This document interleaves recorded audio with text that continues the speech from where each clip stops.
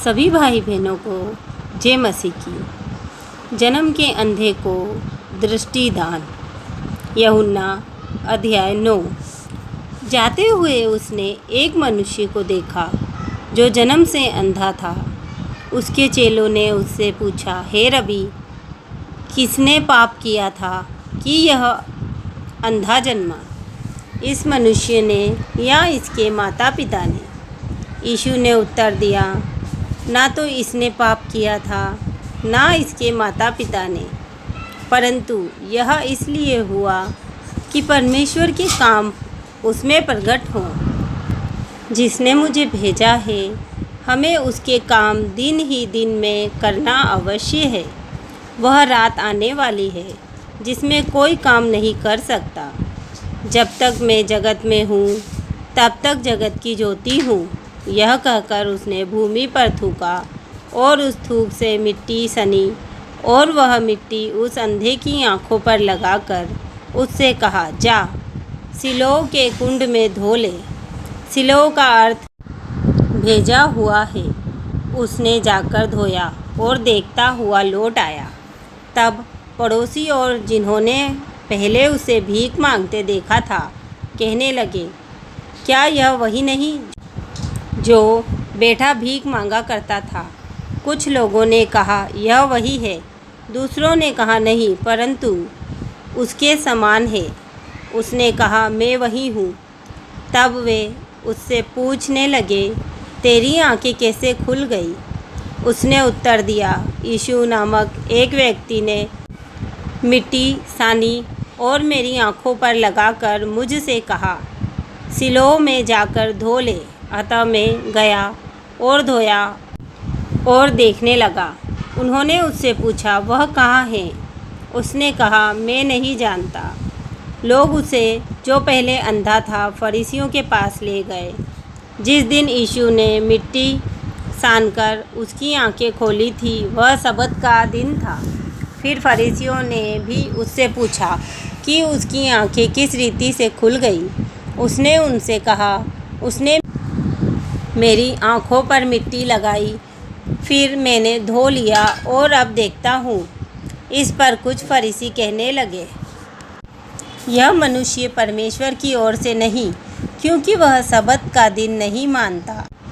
दूसरों ने कहा, पापी मनुष्य ऐसे चिन्ह कैसे दिखा सकता है? अतः उनमें फूट पड़ गई। उन्होंने उस अंधे से फिर कहा, उसने तेरी आंखें खोली हैं, तू उसके विषय में क्या कहता है? उसने कहा, यह भविष्यद्वक्ता है। परंतु यहूदियों को विश्वास ना हुआ कि वह अंधा था और अब देखता है, जब तक उन्होंने उसके जिसकी आंखें खुल गई थी माता पिता को बुलाकर उनसे ना पूछा, क्या यह तुम्हारा पुत्र है जिसे तुम कहते हो कि अंधा जन्मा था? फिर अब वह कैसे देखता है? उसके माता पिता ने उत्तर दिया, हम तो जानते हैं कि यह हमारा पुत्र है और अंधा जन्मा था, परंतु हम यह नहीं जानते हैं कि अब कैसे देखता है, और ना यह जानते हैं कि किसने उसकी आंखें खोली। वह सयाना है, उसी से पूछ लो, वह अपने विषय में आप कह देगा। ये बातें उसके माता पिता ने इसलिए कही क्योंकि वे यहूदियों से डरते थे, क्योंकि यहूदी एकमत हो चुके थे कि यदि कोई कहे कि वह मसीह है तो आराधनालय से निकाला जाए। इसी कारण उसके माता पिता ने कहा, वह सयाना है, उसी से पूछ लो। तब उन्होंने उस मनुष्य को जो अंधा था दूसरी बार बुलाकर उससे कहा, परमेश्वर की स्तुति कर, हम तो जानते हैं कि वह मनुष्य पापी है। उसने उत्तर दिया, मैं नहीं जानता कि वह पापी है या नहीं। मैं एक बात जानता हूँ कि मैं अंधा था और अब देखता हूँ। उन्होंने उससे फिर कहा, उसने तेरे साथ क्या किया और किस तरह तेरी आंखें खोली? उसने उनसे कहा, मैं तो तुमसे कह चुका और तुमने नहीं सुनी। अब दूसरी बार क्यों सुनना चाहते हो? क्या तुम भी उसके चेले होना चाहते हो? तब वे उसे बुरा भला कह कर बोले, तू ही उसका चेला है, हम तो मूसा के चेले हैं। हम जानते हैं कि परमेश्वर ने मूसा से बातें की, परंतु इस मनुष्य को नहीं जानते कि कहाँ का है। उसने उनको उत्तर दिया, यह तो आश्चर्य की बात है कि तुम नहीं जानते कि वह कहाँ का है। तो भी उसने मेरी आंखें खोल दी।